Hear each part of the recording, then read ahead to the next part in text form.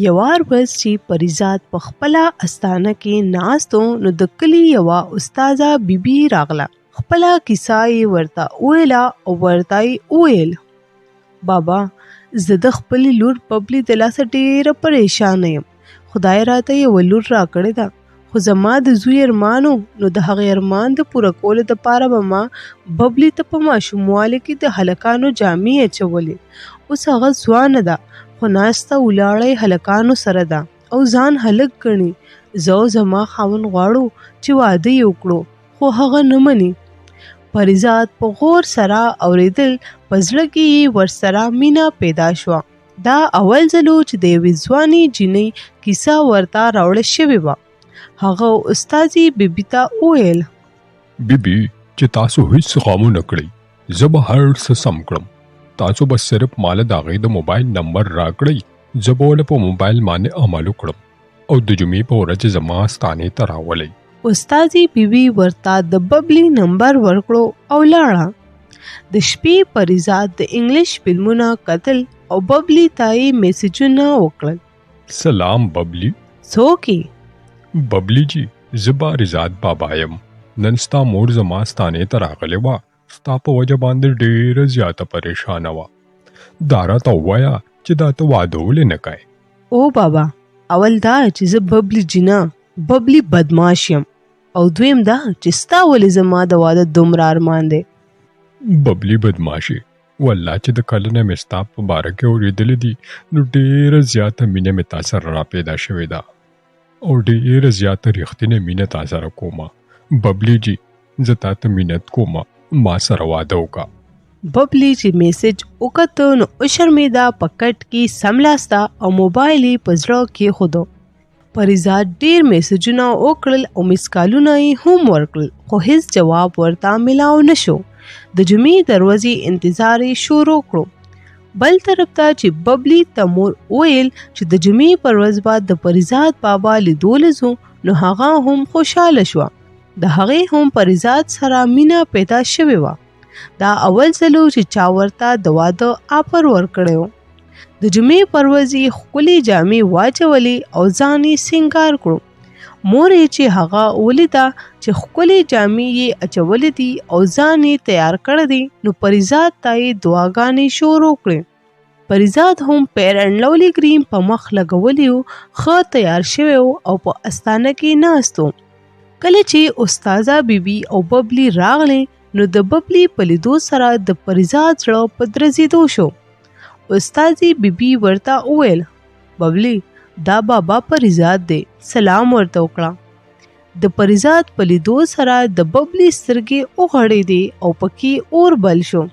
پریزاد وشرمېدو او لاندې یې کتل. ببلي په چغه وویل: هی، ته یې پریزاد د کار غغوندې، ستا څنګه زړه وشو چې ما ته د واده آفر وکړې؟ ببلي د پریزاد وهل شروع کړل. ببلي بچې، بابا پرېږده، دا د خدای نیک بنده خیرې به درته وکړي. ببلي د غوسې نه سره او شنه شوې وه. هغې وویل: مورې، دا نیک بنده نه دی، دا خو ډېر بې حیا انسان دی. ما ته یې ناروا میسجونه رالېږل، ټوله شپه یې ناوخته مسکالونه راکول. دا خبره چې استازي بیبي واورېده، هغه هم په قهر شوه. دواړو مور او لور په یو ځای پریزاد په لتو او سکونو ښه ووهلو او نیم ساه یې پکې پرېښودو او لاړې. 2 ورځې پس د پریزاد هوش راغلی. ببلي په ظاهر کې نری ښکارېده، خو په لاسونو کې د پالوان غوندې زور و. هغه د خدای شکر وباسلو چې سر یې بچ شو. د هغه د مخ په رغېدو یوه میاشت ولګېده. د هغې نه پس هغه بیا په خپله استانه کې کېناست. یوه ورځ چې هغه په خپله استانه کې ناست و، موبایل یې کتلو، نو د بهر نه د چا د قدمونو اواز راغلی. نو سمدستي یې موبایل بند کړو او تسبیح یې راواغستې، دانې یې شمارل شروع کړل.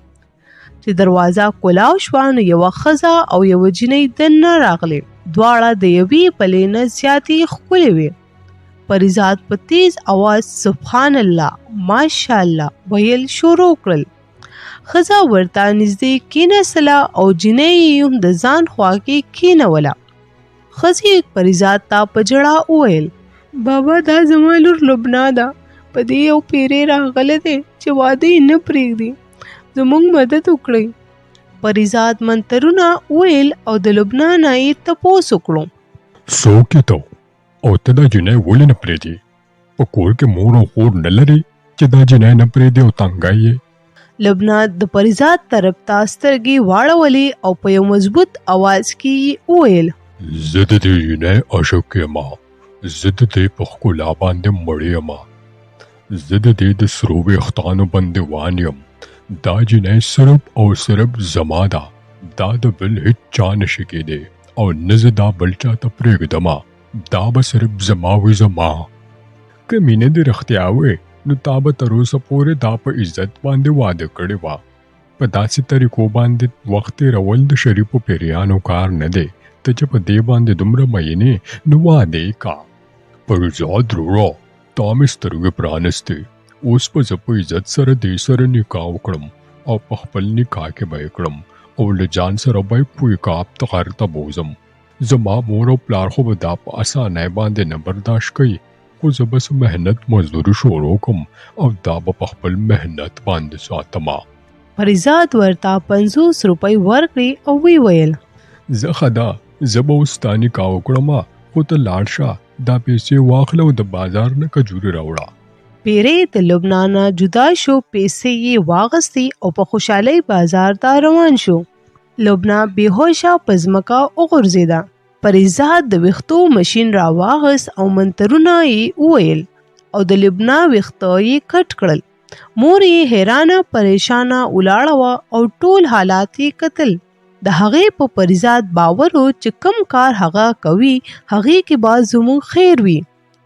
لږ وخت پس پیری بیا راغلی خو چې لبنا یې ولیده نو عقل یې خطا شو په لاسونو کې یې د کجورو تیلی وه هغه تې وغورځېده او کجورې په ځمکه خورې شوې پریزاد ورته وویل راغلی ښه ده راشه چې نکاح درله وتړم نه دې پړسېدلې ګنجۍ سره زه واده نه کومه د دې نه خو زما د ترور لور ښه ده هغې سره ولې واده نه کومه زه خو د هغې نه راتښتېدلې ومه خو دا خو د هغې د پاسه ګند چې ګنجۍ شوه پریزاد ورته نږدې شو او وی ویل نه چې مینه دې کوله او عشقونه دې کول نو اوس خو به واده کوې دې خبرې اورېدو سره پیری د هغه ځای نه په تیښته وتښتېد پریزاد د لبنا مور ته وویل تا لور بیخي سمه ده لاړه شه دا بوزه اوس خو لړ خو کله چې د لبنا ویښته واپس راوخیږي نو دی خو به واپس راشي